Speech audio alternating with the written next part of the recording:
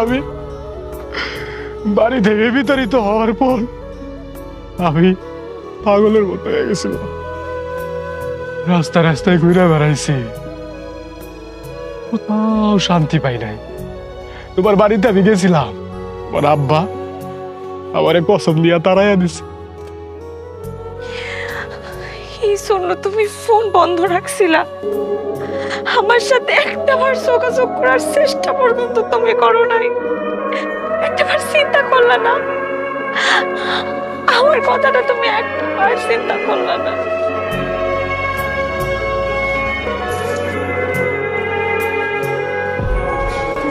মিজান, এই টাকাটা তুমি রাখো। না বাবা, লোকে ঠিকই বলে আমি এই পৃথিবীতে আমি এই টাকা নিতে পারবো। কিছুটা মায়া আর বাকিটা আমি যে বোকামি কইরা তোমারে হারাইছি, তারপরে আমার মতো মানুষে টাকা দেওয়া কারণই মানায় না, কারণই না। এনে সামান্য কিছু টাকা আছে,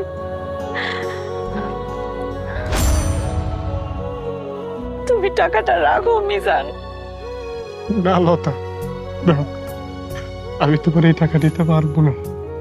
তুমি তুমি আনতে চলে যাও, দাও। তোমার জামাই যদি দেয়, একটা দীপকের সাথে কথা করতেছে, তোমার অসুবিধা হইব। আমি চাই না তোমার কোনো অসুবিধা হোক।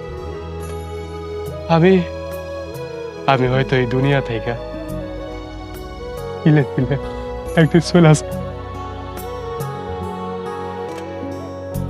আবার কথা ভাইব। মিজান, মিজান, মিজান, কই যেতেছো তুমি মিজান? মিজান,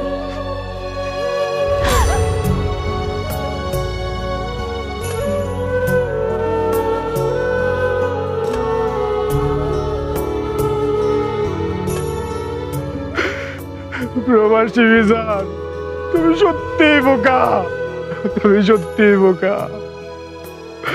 তোমার জীবনে তুমি কিছুই পাইলা না, না পাইলা ভালোবাসা, না পাইলা সম্পদ, কিছুই পাইলা না। আর শুধু মরণটা বাকি। মিজান, টাকাটা নিয়ে যাও মিজান, মিজান।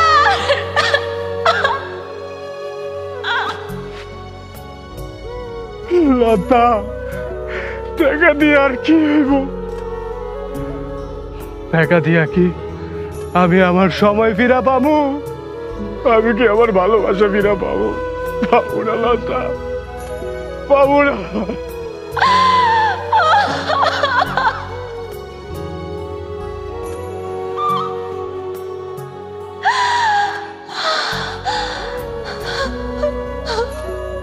আম্মা, আম্মা গো, তুমি বলতা না লতা তোরে অনেক ভালোবাসবো?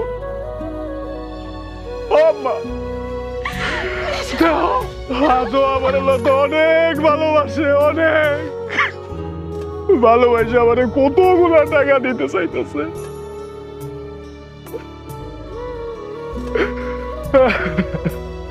আম্মা, আম্মা, তোমার আদরের মিজান খুব তাড়াতাড়ি তোমার কাছে ফিরে আসবো, খুব তাড়াতাড়ি। এই দুনিয়া, তুমি আমার আগুন দিল, দেখা দিলাম। প্রবাসী, প্রবাসী মিজান, তুই সত্যি বোকা, তুই সত্যি বোকা, তুই বড্ড বোকা। প্রবাসী মিজান, তুই সত্যি বোকা। ঘরে